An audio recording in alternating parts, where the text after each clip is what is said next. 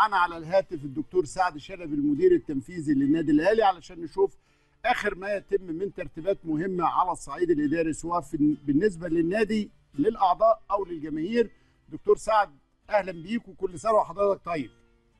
مساء الخير يا استاذ ابراهيم، ومساء الخير يا كابتن عدلي، ومساء الخير كابتن محمد واستاذنا. اهلا بيك يا دكتور. سنه وانتم طيبين. طيب. وجماهير النادي الاهلي طيبه واعضاء النادي الاهلي طيبين في الحقيقه، وكل الناس في مصر طيبه ان شاء الله. كل سنه وحضرتك طيب يا دكتور.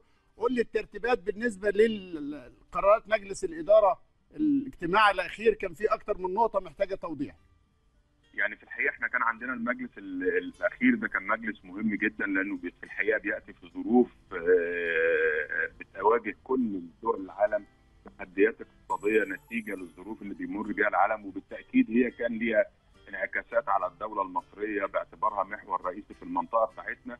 ولما بيبقى في انعكاسات سلبيه لاي تاثيرات اقتصاديه بتبقى في المؤسسات الكبيره كمان بتتاثر في الحقيقه، ومنها طبعا المؤسسات الرياضيه اللي اكبر واحد فيها هو النادي الاهلي. فالمجلس كان حريص ان هو يناقش التاثيرات دي وتداعياتها على مصادر التمويل في النادي الاهلي، ايراداتنا هيبقى شكلها ايه، ايضا مصروفاتنا اللي فيها زياده مضطرده نتيجه لكثير من المتغيرات في الحقيقه. يعني على سبيل المثال مش الحصر، يعني النهارده المطهرات بتاعت حمامات السباحه عندنا فيها زياده يمكن تتجاوز 140%. فطبعا ده بيزود لك الاعباء. احنا مش عندنا فرع واحد، احنا عندنا اربع انديه رياضيه. يمكن حتى كلمه فرع دي بتخلي الامور بسيطه، لكن احنا عندنا 4 انديه كبار بنديرهم. عندنا المقر الرئيسي الجزيره، عندنا المقر يعني النادي الثاني مدينه نصر، الثالث في الشيخ زايد 127 فدان. عندنا ايضا المقر الجديد في القاهره الجديده ايضا ده موجود. فبالتالي انت النهارده بيتولد عليك اعباء ماليه كبيره جدا جدا ومصروفات ضخمه. خلينا نقول حاجه ثانيه، البعثات اللي بتسافر بره، المكون الدولاري طبعا محور مهم في التكاليف الماليه اللي بتتفرض على النادي او بيتحملها ميزانيه النادي نتيجه للتغيرات اللي بتحصل في كل دول العالم. وبالتالي السفريات بتزيد النهارده اكثر من ايضا 120%، لانك النهارده بتضطر ان عندك فرقه كره القدم، فريق كره اليد، فريق كره الطايره، فريق كره السله، عندك 19 لعبه عندها التزامات ايضا داخل جمهوريه مصر العربيه وخارج جمهوريه مصر العربيه. وبالتالي في الحقيقه المجلس كان حريص انه يشوف التداعيات التاثيرات دي على الميزانيه، وبالتالي وجدنا ان في زياده كبيره جدا وضخمه موجوده كاعباء ماليه، واحنا حريصين ان احنا نشوف كمان مصادر تمويل جديده. ويمكن كانت احد اهم القرارات اللي اتخذها المجلس في هذا الشان في الحقيقه انه كمان كلف شركاته. الشركات النهارده بتاعته عندنا 3 شركات. الشركات دي مهمتها الاساسيه ان هي تبحث عن فرص تمويل جديده، ويمكن كان ايضا في استعراض لعقد جديد مقدم من شركه الاهلي لكره القدم، وده عقد واحد من العقود المهمه اللي هي فيها ابداع كبير، انك انت بتبيع الاصول الرقميه ايضا على لاحد الشركات. واعتمد المجلس الاداره هذا التعاقد اللي قدمته شركه الاهلي لكره القدم، بل بالعكس المجلس ايضا كلف شركه الاهلي للخدمات في ظل هذه التحديات الماليه الكبيره اللي بتواجهها كل المؤسسات ومنها النادي الاهلي بالطبع. ايضا كلف شركه الاهلي للخدمات الرياضيه بتقديم خطه عاجله لتطوير مصادر التمويل في النادي الاهلي عشان نقدر نبحث عن مصادر تمويل مبتكره يعني تواجه الزياده المضطرده في النفقات بتاعه النادي الاهلي. كمان المجلس الاداره الموقر في الحقيقه كان عنده رغبه اكيده في ان هو كمان يستثمر العاملين في النادي الاهلي بشكل اكثر استفاده وبشكل اكثر يعني في فرص لزياده كفاءه الانفاق وتدوير العاملين في النادي الاهلي في المناطق الجديده اللي احنا بنفتتحها زي التجمع. يمكن تم الاستعانه من فرع مدينه نصر وفرع الشيخ زايد ايضا ومقر النادي الاهلي بالجزيره ب 87 واحد استفدنا منهم في الفرع الجديد في التجمع واصبحوا موجودين بيأدوا خدمات. كمان المجلس قرر ان هو يعيد تدوير كل العاملين في النادي الاهلي، سواء كان في قطاع كره القدم، سواء كان في اداره النشاط الرياضي، سواء كانت في الادارات المركزيه الرئيسيه كلها، عشان نقدر نستثمر بشكل جيد فائض العماله اللي موجود في النادي الاهلي. وقرر المجلس ايقاف كل التعيينات الجديده عشان ما نحملش. النقطه دي مهمه يا دكتور سعد جدا جدا، ان انت وانت بتتوسع بتحاول تستفيد من الطاقه الوظيفيه والخبرات اللي تأسست بالفعل في انك تسد بيها احتياجاتك الجديده، فمحتاجه توضيح شويه الحته دي.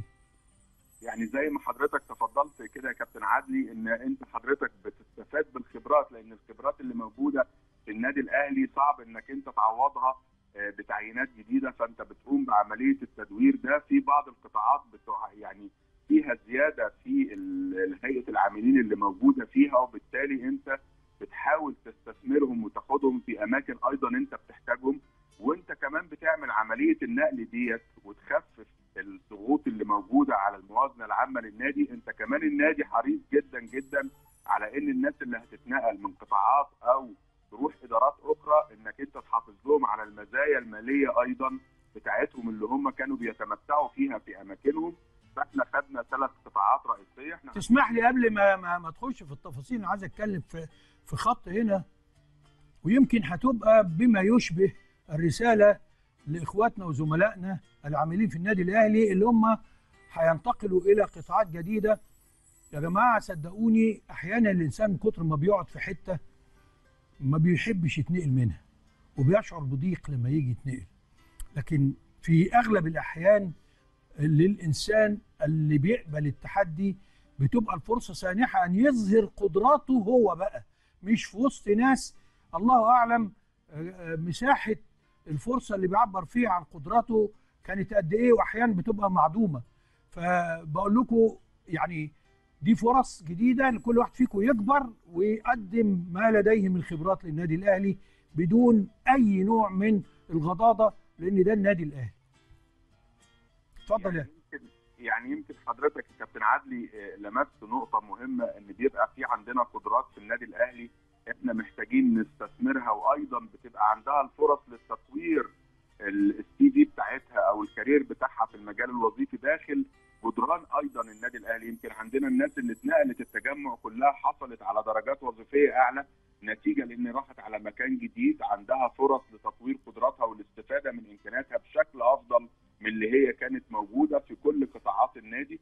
عندنا قطاعات ايضا واسعه كبيره جدا، يعني احنا عندنا اكثر من 12 اداره ايضا مركزيه موجودين، فاحنا بناخد الزملاء اللي موجودين في هيئه العاملين اللي بننقلهم سواء من كره القدم، سواء من اداره النشاط الرياضي، سواء من ادارات مختلفه ايضا في عمليه التدوير دي. لكن مهم حاجتين، قاعدتين مهمين جدا جدا، ان انت بتروح وبتتطور في قدراتك دي. الحاجه الثانيه انك انت المزايا الماليه اللي انت بتتمتع بيها في النادي الاهلي ايضا انت بتستمر فيها الى ان تحصل على فرصه كامله داخل القطاعات الجديده اللي انت رايح فيها. دي نقطه بالنسبه لنا مهمه جدا جدا. ما عندناش حاجه اسمها الاستغناء، احنا عندنا حاجه اسمها ان احنا بنستعين بيك في مكان تاني. كل ده في اطار جدران النادي الاهلي وفروع النادي الاهلي المختلفه، عشان نقدر كمان حاجه مهمه، ان مصلحه النادي في ان هو يقدر يستمر ويستديم في الوفاء بالتزاماته الماليه تجاه هيئه العاملين. لانك انت النهارده عشان تقدر توفر اجمالي الرواتب الضخمه اللي النادي الاهلي بيلتزم فيها تجاه عاملينه، وكمان المزايا النوعيه اللي بيقدمها النادي الاهلي، على سبيل المثال فرص التامين الشامله اللي بيقدمها النادي الاهلي. يمكن انا هدي لحضرتك رقم، احنا عندنا السنه دي 16 مليون جنيه الحجم التامين على جميع العاملين في النادي الاهلي، وده رقم اعتقد انه رقم ضخم. ده احنا كمان بنقدر نلتزم بيه تجاه زمايلنا اللي موجودين في النادي الاهلي، فده بالنسبه لنا شيء مهم. فده احنا كمان لحد 15/5 ان شاء الله كل القطاعات بتاعه النادي الاهلي هنعيد ان شاء الله هيكلتها، بحيث ان احنا نشوف تدوير هيئه العاملين كلها ونستعين بيهم في الاماكن اللي تقدر تحقق افضل فرص تشغيل لهذه الكفاءات اللي موجوده في النادي الاهلي.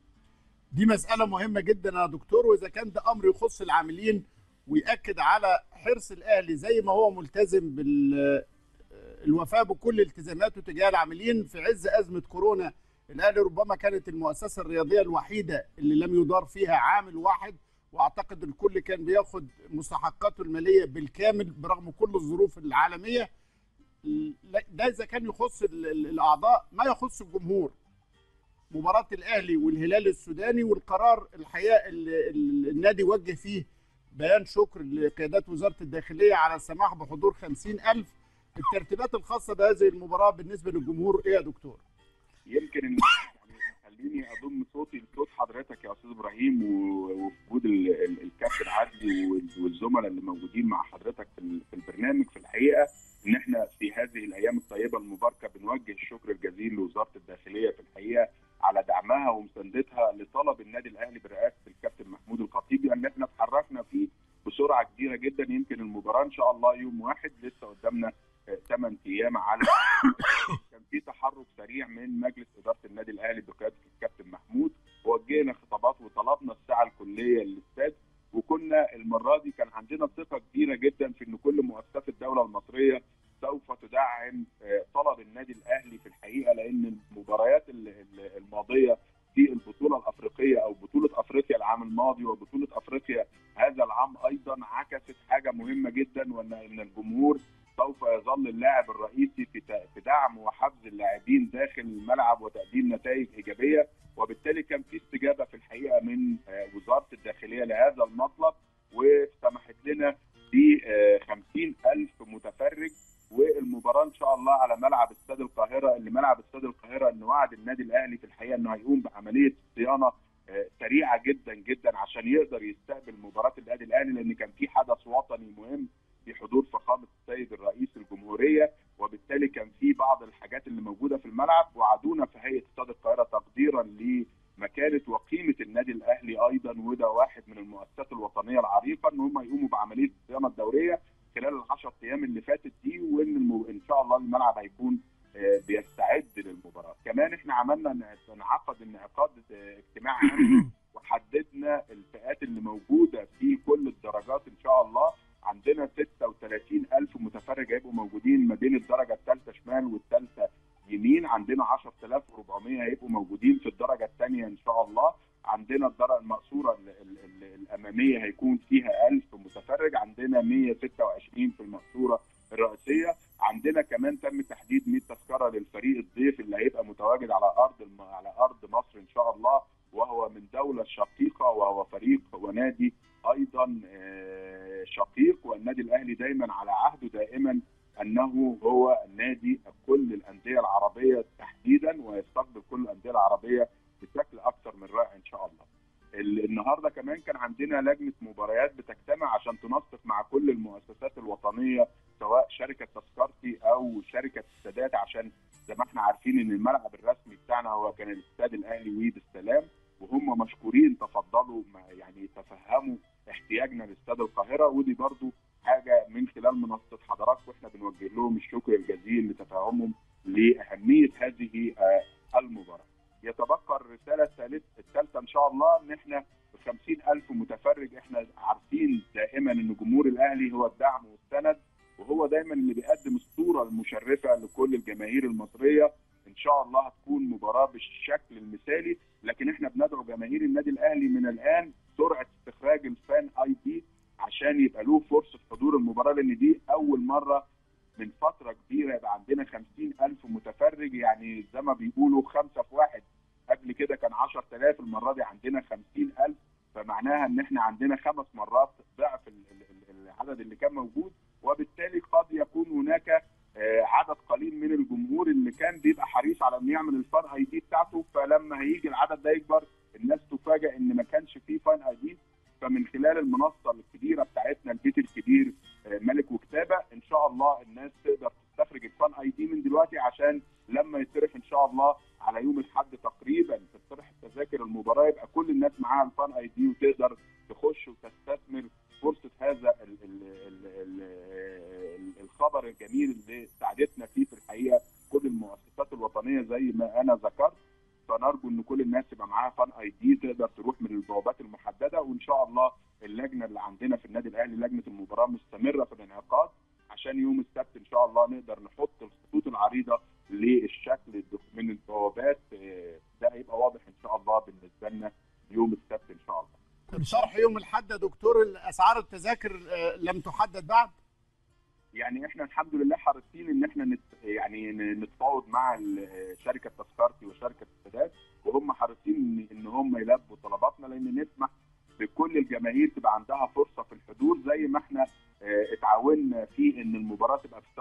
وده شيء مهم جدا عشان المواصلات ما تبقاش في مسافه بعيده على جمهور النادي الاهلي، ونقدر نخفف اعباء الانتقال لمسافه ابعد اللي كانت موجوده في استاد السلام. ان شاء الله احنا كمان النهارده كنا حريصين ان احنا نوصل لافضل تسعير ممكن يبقى متاح لكل الجماهير ان شاء الله، ونلبي كل طموحات جماهيرنا اللي احنا كلنا ثقه فيها ان هي هتعمل لوحه فنيه ان شاء الله في استاد القاهره تشرف الدوله المصريه وتشرف جمهور النادي الاهلي وتشرف النادي الاهلي، وتكون بدايه حقيقيه لعوده الجمهور الى المباريات مره اخرى باعداده الكبيره، ونتمتع بميزتنا احنا كنادي اهلي، ميزتنا التنافسيه الكبيره اللي طول تاريخ النادي الاهلي من 1907 وهو القوه الجماهيريه الهائله، جمهوره ده ان شاء الله. باذن الله يا دكتور، كل سنه وحضرتك طيب ورمضان كريم. كل سنه وحضراتكم طيبين، واسف ان انا اخذت وقت. حبيبي لا ده انت دايما تطرقت الى تسعدنا يا دكتور. مواضيع مهمه جدا، ربما هتكون محور تعليقات بيننا او حوارات بيننا وبين ضيوفنا الكبار المفكرين الكرويين. شكرا للدكتور سعد شلبي المدير التنفيذي للنادي، واعتقد كلام مهم جدا